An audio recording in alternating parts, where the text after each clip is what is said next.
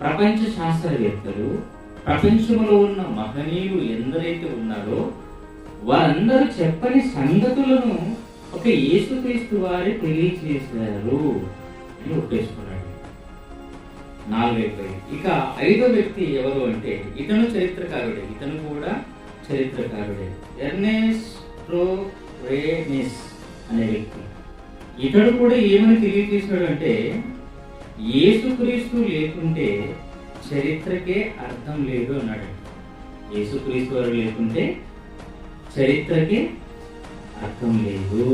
యేసుక్రీస్తు లేకపోతే అసలు చరిత్రే లేదు. యేసుక్రీస్తు రావడాన్ని బట్టి, యేసుక్రీస్తు ప్రపంచ ప్రజలకు జ్ఞానాన్ని బోధించడం బట్టి రోజు ప్రపంచంలో అందరికంటే ఉన్నతమైన చరిత్ర ఎవరిదైనా ఉందా అంటే ఒక యేసుక్రీస్తు వారిది.